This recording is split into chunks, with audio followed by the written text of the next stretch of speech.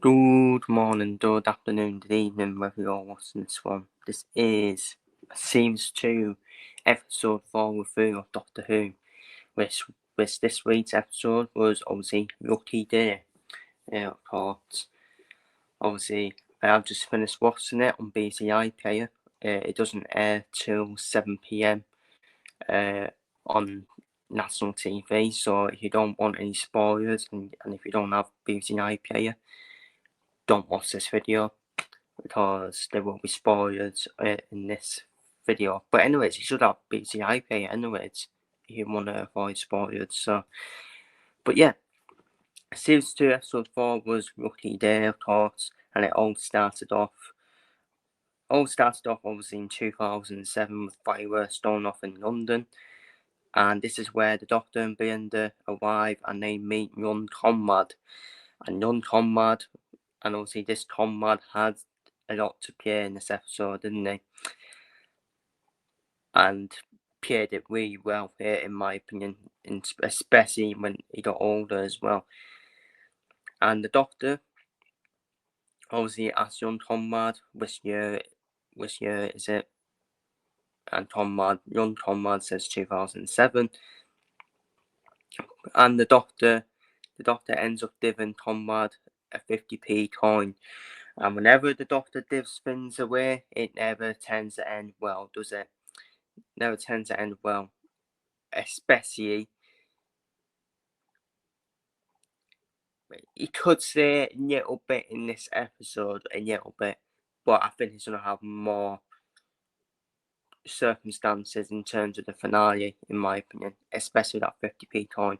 I know it's a bit stupid, isn't it? A 50p coin, but it's just whenever the Doctor gives things away, it never ends well, does it?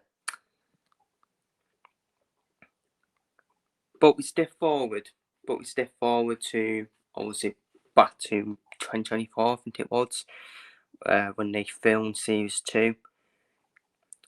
And of course, Conrad notices some strange sounds and goes into like a backyard, basically, which we all thought was full of Utons, but we don't know if it was Utons or not, because it just had curtains all over them, basically, of a plastic mannequins.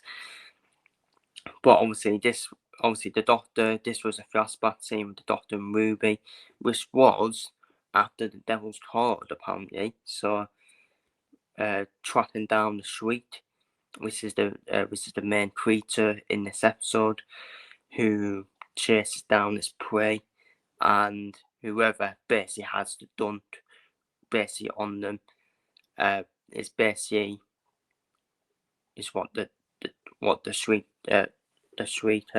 chases down.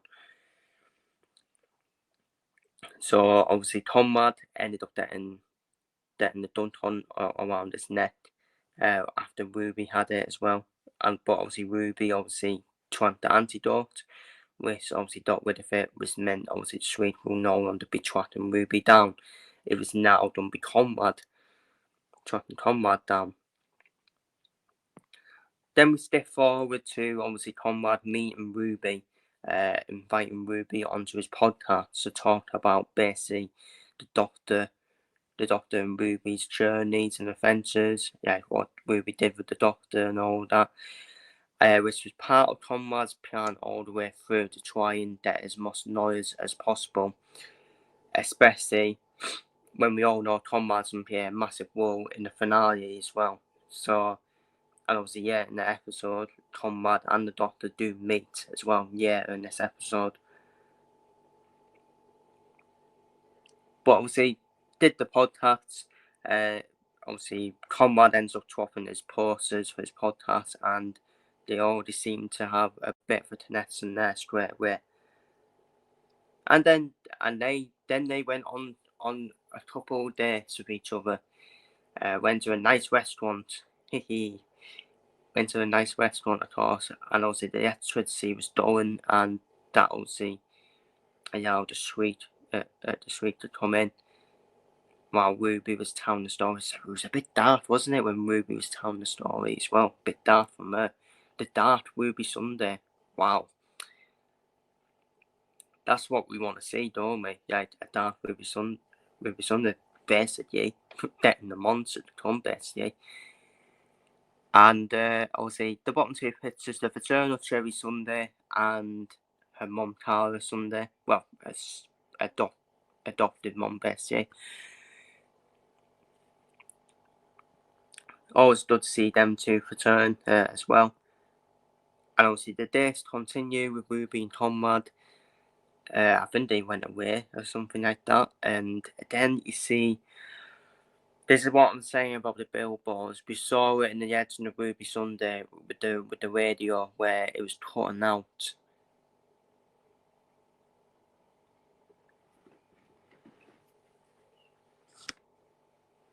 Where it was basically cutting out like that. It's always the case like something is around the corner, isn't it? And obviously we all remember the radio, the Edge of Ruby Sunday. We all remember that a storm was coming and it ended up being Sutek. Obviously, it was never going to be revealed in this episode, of course. Maybe something for the finale, maybe. Then we saw the introduction of course, Tate Stewart from UNIT as Ruby phones Tate Stewart, as Ruby doesn't know what's going on, and she wants to know what's going on with, obviously, electricity going down, and Mr. Downs, what Ruby thought was the suite, was coming again. But basically, Tate just told her to just enjoy your night, for God's sake. But then it continued. Because it wasn't after Ruby, was it? It was after Conrad. As I said earlier, we all know Conrad had the sweet tracker on him, not Ruby. Conrad saying to Ruby, while Ruby locked everyone inside Whispers, the pub, I think it was, locked everyone inside, telling everyone, including Conrad, to stay inside. But Conrad obviously said, I want to be brave like the Doctor. And this is what I'm saying about Conrad. This is why Conrad has a big role to play in the finale of the series, because I think he wants to be trying better the Doctor, isn't he? Trying to be better than the Doctor as well. But then the twist plot. This was a twist plot, of course. Because it didn't end up being a street. It ended up being just two of Conrad's basically mates and friends dressed up to try and scare people. And Conrad saying, nailed it.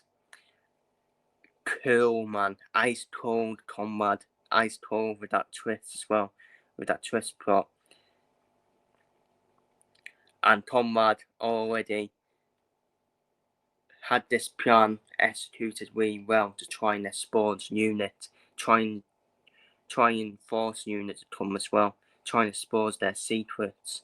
Try and expose UNIT as well. Ice cold from Conrad, and then that's going to have a role to play in the finale, where Conrad will probably have a grudge against UNIT. What's interesting is Conrad said to Tate Stewart, "You don't remember me, do you?"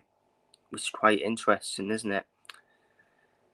But apparently we all knew later on that Tate Stewart did interview Conrad for War at UNIT, and Conrad obviously didn't take it very well at all. And then Conrad, I love that comment from Conrad. I'm sorry, it's so brutal. To the one to the last working in that unit in the wheelchair. This one's Captain Benefit. I can't lie, I did laugh at that. So brutal, man. So brutal. But very. I won't say anything. But I wasn't saying very true. But yeah, I won't say anything before people get offended. But wow, fucking hell. Ice Cold by Conrad, and then Conrad on his social medias basically got everyone on his side, trying to expose the unit. And then I think that's on Pierre Warner finale. And then Conrad, despite being arrested, managed to get himself out thanks to Jordan Nunn, who ended up being getting an alibi for him and ended up getting him out. But at the same time, Conrad ended up killing Jordan Nunn. And Conrad got it done and made himself way up to the top of the unit tower and come face to face with the guys of Tate Stewart, Ruby Sunday, who he did betray as well. Despite having a relationship with Ruby Sunday, having dated with her, ended up betraying her. Obviously in that plot twist where Conrad said it was nice knowing you as well. But in true Tate Stewart style, Tate Stewart didn't back down against Conrad and ended up putting the suite out of the vault. And that's when Conrad wasn't so smug at all, was he? And he ends up bound and suite, and then the suite ends up biting Conrad in the arm, which we all thought that would be the end of Conrad, and it wasn't. Because Conrad ended up being in the prison cell with like a handcuff round his arm. I don't know what's happened to the suite. Does the suite appear apart in the finale? Who knows? But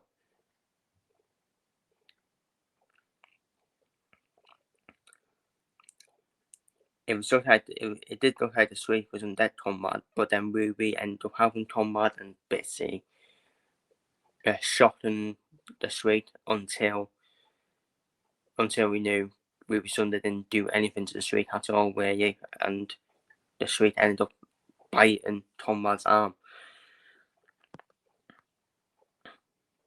And then we go on to the ending. Again, another tease for the finale. Conrad ends up seeing himself in the TARDIS with the Doctor. And what's interesting is, this is before the Doctor meets Belinda. And this is but it's a bit confusing, isn't it? Because young Conrad meet the Doctor and Belinda.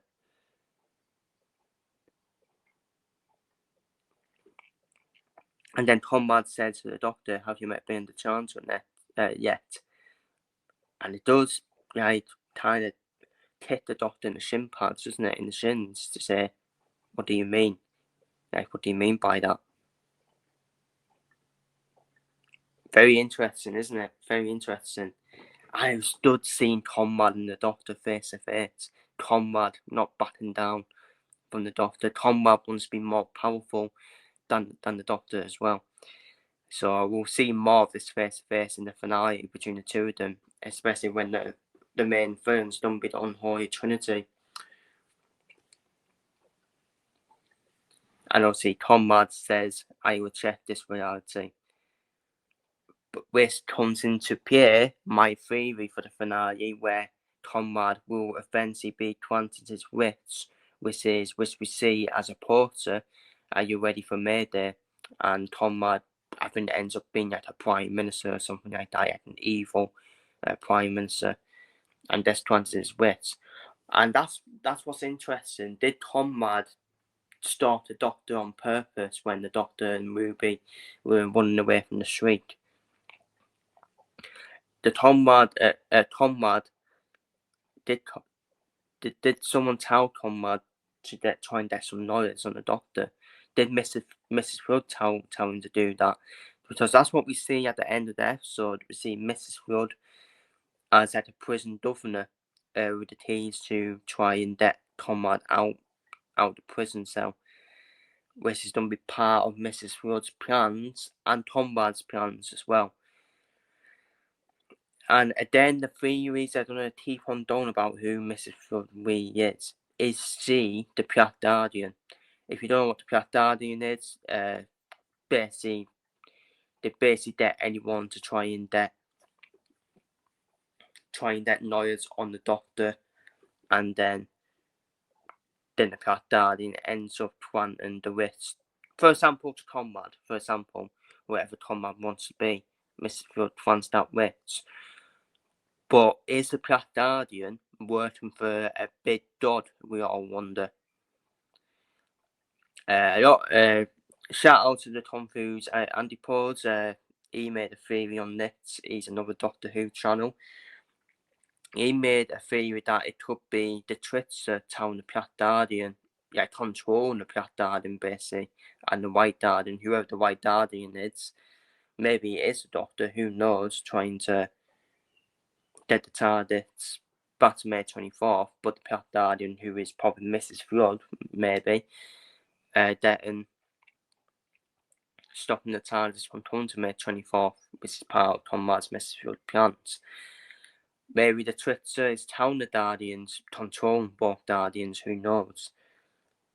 And but I've always said at the start, I've always said at the start of the series that I think we're going to see the Tritzer at some point, aren't we? Whether this series or next series, but it does peer into the world of Tritzer, it really does, where Conrad wants to have a reality of his own, and the Tritzer can plant that witch. Obviously, season 2, episode 7 of the series we call Witch World. Maybe that's where we probably see the Tritzer, maybe, or maybe episode 8, maybe. And this is the thing about Mrs. Flood. It's not, for me,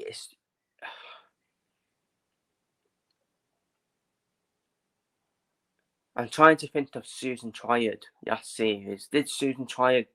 Was Susan Triad in every episode? I think she was, wasn't she? Yes, she was, because she was in Wood as a painter. She was in Dot and Bubble as well.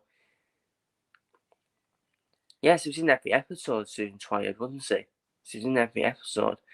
And we still don't know about Susan Triad, because I know she was being possessed by Sutek in series 1. Is Susan Triad maybe the White Guardian, maybe trying to help the Doctor, and maybe Mrs. Flood's the Black Guardian, and maybe the Tritzers controlling both of them? I don't know, but the fact is that Conrad wants to be more powerful than the Doctor. Is basically another Tritzer hint, because the Tritzer can plant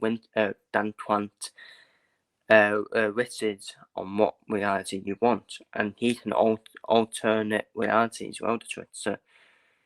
And maybe that's why Mrs. Flood's playing a part as well. Maybe Mrs. Flood is the Tritzer, we don't know. Because to be fair, we don't know if we're going to get the actual Tritzer appearance. Maybe it might be a human being, maybe acting as a Tritzer. Not then the actual appearance where the Tritzer has no eyes at all and has very ugly teeth. But yeah, that's exactly theory. That's exactly theory to take into the finale after the episode 4 ending as well. But yeah, Conrad, fair play to him. Played a good role, didn't he, Conrad? We don't see more of him as well in the finale as well. Ice cold, man. That betrayal, that twist plot was ice cold as well. Was it better than The Well? Was it better than Ruts?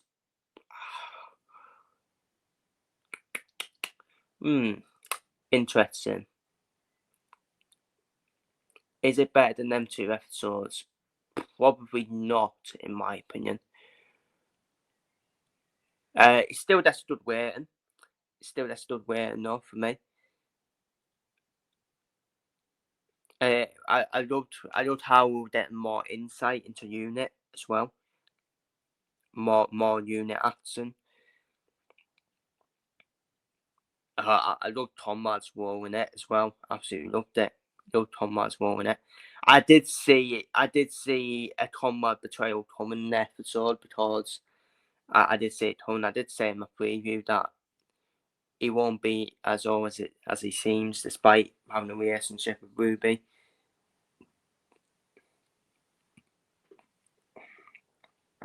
We obviously knew that Conrad, there was a leak out there that Conrad was always on their Spurs unit secrets. We just didn't know which episode it will be in, whether it's the finale or whether it was episode 4, where we first see Conrad. But yeah, looking forward to seeing more Conrad, looking forward to seeing more of him. He obviously has a big role to play in the finale. I think that's where he'll get his wit off his own reality world, where he's probably like an evil prime minister having like all the power. That's what we'll probably see. We'll probably see Mrs. Flood hide in the sky, like doing this stuff, doing her own plans as well for the finale. And but what would I give it? It's the same as the Warm-Up Revolution for me at an 8 out of 10. Do I give it a 9 out of 10? I'll give it a 9. I'll give it a 9 out of 10, I'll say. I think it's on par with Ruts, in my opinion. I liked the story around it, to be fair. I did like the story in this episode. Especially seeing more of Unit as well. Warm-Up Revolution, 8 out of 10. Ruts, 9 out of 10. The Well, a perfect 10 out of 10. And I'll give Lucky Day probably 8 out of 10 or 9 out of 10. Between 8 and 9 out of 10 for me. And that's still good waiting as well. That's still good waiting. And it continues this good start for me to the series, in my opinion. Because that's what I like. This is the thing, we do like these endings as well, where we're seeing more teasers about the finale as well. Seeing Conrad and Doctor face to face as well. Mrs. Flood. I think Mrs. Flood comes at the right time. She comes in the episode at the right time as part of her plans at the end of every episode. I know we're getting, obviously, apart from the Warm-Up Revolution, where she was mostly started the episode, wasn't she? But yeah, that's the way now, Divot. Feel free to leave your thoughts down below in the comments. We'll be back for the episode 5 preview, which will be the story and the engine. Which is again probably another intriguing one as well, because of what it's probably about as well. So feel free to leave your rating down below in the comments, your thoughts down below in the comments as well. And yeah, and finally, he's not done with the master, Conrad. He's not done with the master, but he does did master 5s, doesn't he, Conrad? He does did master 5s, Conrad. That's what I will say. But obviously he's not done with the master, because I think he's still going to take another break, the master, to be fair. And we all know Russell Tovey is done play like the War Master in like the War Land and Sea with basically the War with the Sea Devils, basically. So we all know he's not done with the master. But quite intriguing. Maybe he is just Conrad. Maybe that is him. But I just think there's still more to him, in my opinion, than just being called Conrad. Because he does seem to have.